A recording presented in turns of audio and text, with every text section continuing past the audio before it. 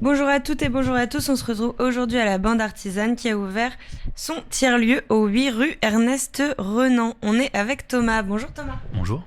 Alors c'est quoi la bande artisane ? La bande artisane, c'est un tiers-lieu qui regroupe un atelier de lutherie, une boutique de créateurs et un espace d'animation d'ateliers créatifs. Quel est le but de cette association justement ? Pour pouvoir mutualiser le lieu.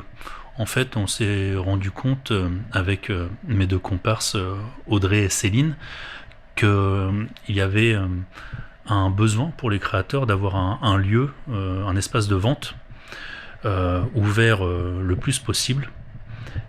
Et pour moi, j'avais besoin aussi d'avoir un local en centre-ville, un peu plus grand, pour pouvoir développer mon activité de lutherie. Et donc, on s'est regroupé dans une association pour pouvoir justement mutualiser cet endroit. L'artisanat, c'est quoi exactement ? C'est créer quelque chose de ses mains, en gros. Donc, moi, je suis artisan luthier. Donc, je construis, je répare et je règle des instruments de musique. Dans la boutique, on a plusieurs artisans, mais pas que. On a aussi des créateurs et des créatrices, donc qui ne sont pas reconnus comme artisans. Mais ça ne les empêche pas de créer et de faire de la qualité.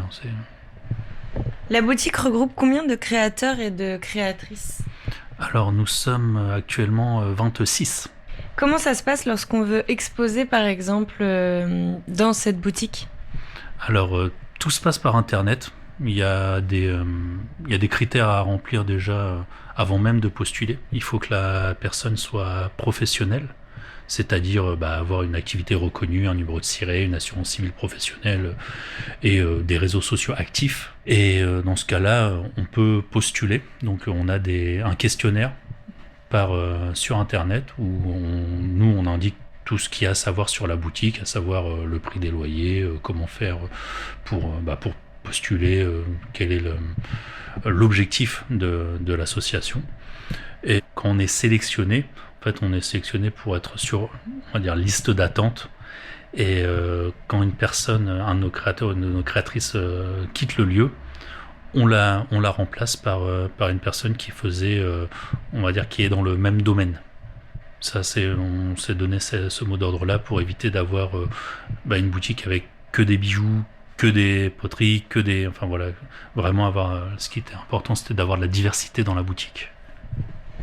Vous organisez également des animations et ateliers créatifs. C'est à destination de qui ? Comment on peut s'inscrire, par exemple ? Alors, les ateliers, c'est nos créateurs et créatrices qui les organisent eux-mêmes. Nous, on met la salle à disposition. C'est pour tout le monde, pour tous les âges. Ça dépend vraiment des ateliers. On a, je pense notamment à l'atelier Extra qui fait des animations d'ateliers autour du papier pour les enfants. On a l'atelier Varicelle qui fait des animations d'ateliers autour de la céramique qui est très bien pour les adultes ou pour les enfants. On a l'atelier Lucille aussi qui fait des ateliers de confection de bagues en argent qui est à destination des adultes. Donc c'est vraiment en fonction de la personne qui va animer l'atelier qui choisit son public. Quels sont les jours et horaires d'ouverture de la boutique ? Alors on est ouvert du mardi au samedi de 10h à 18h non-stop. Donc on est ouvert sur l'heure du midi. Est-ce qu'on peut vous retrouver éventuellement sur Internet ou sur les réseaux sociaux ? Oui, la bande artisane a un compte Instagram, a aussi un compte Facebook où on retrouve toutes les informations, où on poste régulièrement toutes les nouveautés de nos exposants.